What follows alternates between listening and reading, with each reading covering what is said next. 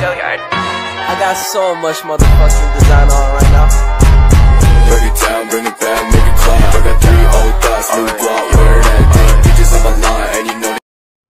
Assalamualaikum warahmatullahi wabarakatuh. Nama saya Lutfi Nur Hajirin Simatupang, NPM 21050120212.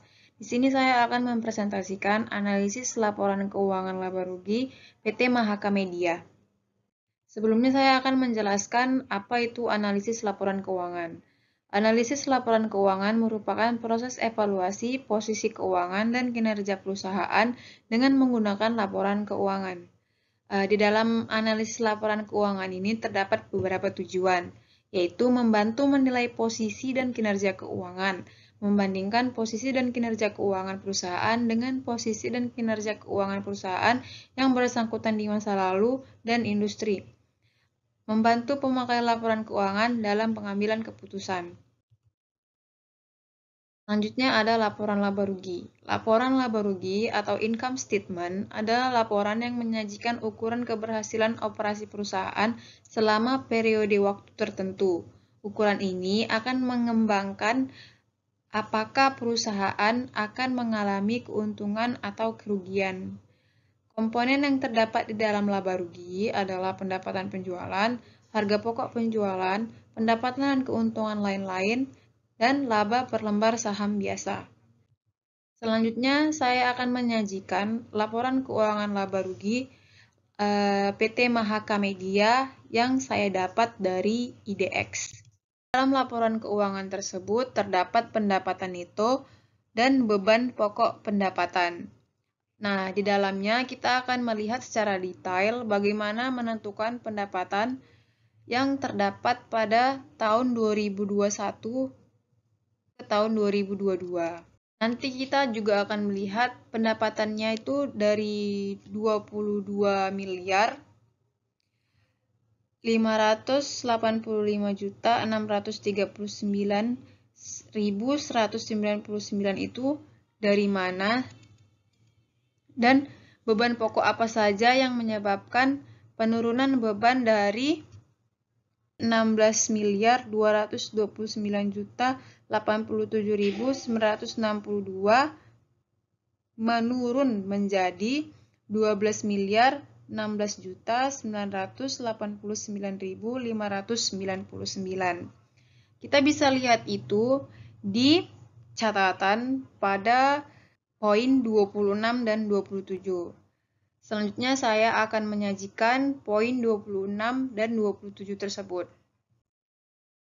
Di sini terlihat pada poin 26 untuk pendapatan neto itu terdapat pendapatan dari sirkulasi iklan surat kabar dan buku, media buying, event organizer, penyiaran televisi, sewa, dan lain-lain. Total 2021 sebesar 33.150.951.276. Sedangkan pada tahun 2022 mengalami penurunan sebesar 25.555.639.199.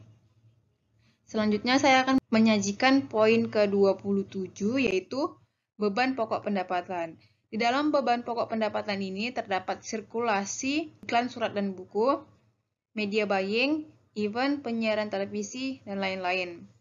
Berikut jumlah yang terdapat pada tahun 2021 sebesar 16.299.087.962, sedangkan pada tahun 2022 mengalami penurunan sejumlah 12.689.599.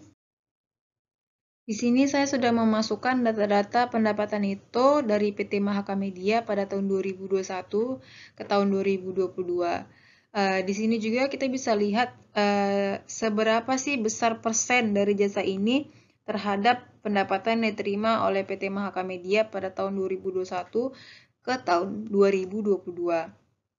Untuk mencari persenannya itu, kita bisa cari dengan cara jumlah pendapatan dibagi dengan total pendapatan. Sebagai contoh, pada tahun 2022, jasa sirkulasi iklan surat kabar dan buku itu mendapat pendapatan sebesar 10.826.075.820 dibagi dengan total pendapatan sebesar 25.555.639.199 sebesar 42%. Begitu juga pada tahun 2021 melakukan dengan cara yang sama. Di sini kita bisa lihat ada persenan yang meningkat dan ada persenan yang menurun. Pada jasa sirkulasi iklan surat kabar dan buku, persenannya emang mengalami kenaikan, tetapi dengan nilai jumlah itu mengalami penurunan. Jika kita lihat dari awal, kita lihat total pendapatan, emang PT Mahaka Media ini mengalami cukup kerugian dari pendapatan yang diterima pada tahun 2022. Untuk mengetahui pertumbuhan pendapatan dari PT Mahaka Media ini, kita juga bisa dengan cari pertumbuhan dari pendapatan yang disebut dengan growth, itu dengan cara pendapatan pada tahun 2022 dikurang dengan pendapatan pada tahun 2021, kemudian dibagi lagi dengan pendapatan pada tahun 2021. Di situ saya sudah mencari dari tabel growth yang hasilnya minus 4%. Sudah saya katakan untuk persenan mungkin nilainya itu meningkat, tetapi secara angka ataupun nominal itu mengalami penurunan sebesar 4%, minus 4%. Di sini bisa kita lihat penurunan yang cukup pesat itu atau cukup besar itu terjadi pada media buying sebesar minus 64%. Kemudian kita juga bisa melihat beban pendapatan. Di sini pada beban pendapatan juga mengalami beberapa penurunan dan beberapa kenaikan. Dari semuanya itu kita bisa lihat atau bisa kita cari laba bruto yang terdapat pada Mahaka Media. Untuk mencari laba bruto itu bisa kita cari dengan cara total pendapatan dikurang dengan total beban pokok pendapatan. Jadi pada tahun 2022 laba brutonya itu sebesar 13.568.649.600 yang didapat dari total pendapatan 25.585.639.199 dikurang dengan 12.016.989.599.